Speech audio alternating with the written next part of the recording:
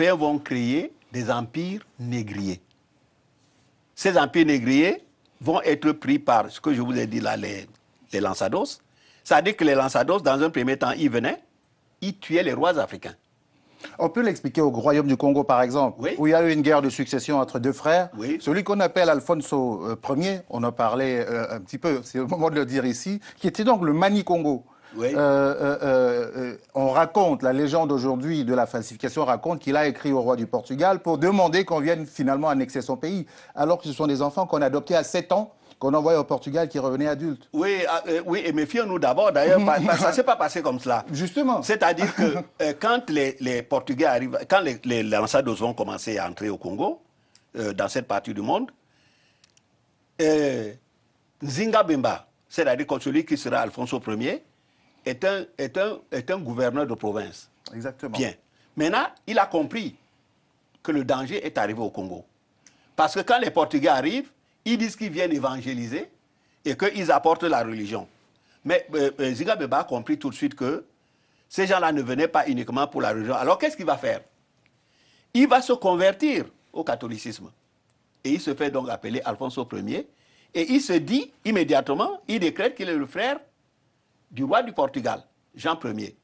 Donc, voilà deux frères qui sont des rois chrétiens, chacun en son royaume. Mais ce qui va se passer, c'est que Nzinga Bemba constate que, malgré le fait qu'il soit un roi chrétien, les Portugais continuent de venir enlever des Congolais pour les amener. Alors, il écrit à son frère, à son royal frère, il dit, mais je ne comprends pas que je sois ton frère, un roi chrétien. Donc, les Congolais sont sous ma responsabilité, donc ils ne sont plus païens puisqu'ils ont un roi chrétien, mais que tes hommes continuent à venir les enlever me pose problème. Il faut préciser peut-être pour qu'on comprenne aujourd'hui oui. que c'était un immense empire et comme ça se passe, même jusqu'encore aujourd'hui, on montait une faction contre un autre, un gouverneur contre le pouvoir central, etc. Oui, on les armait. On n'en est même pas jusque-là. On n'en est même pas jusque-là. C'est-à-dire que c'est des Portugais qui enlèvent. D'ailleurs, Nzinga Bemba, pour contourner, contourner le roi du Portugal, il va prendre ses neveux et ses nièces, il va les envoyer au Portugal pour qu'ils fassent des études religieuses. Et qu'est-ce qui va arriver? On va tout simplement les arrêter en pleine mer, en plein océan. On va les vendre au Portugal. Et lui, 15 attentats. Et c'est là que Nzinga Bemba va écrire au roi du Portugal.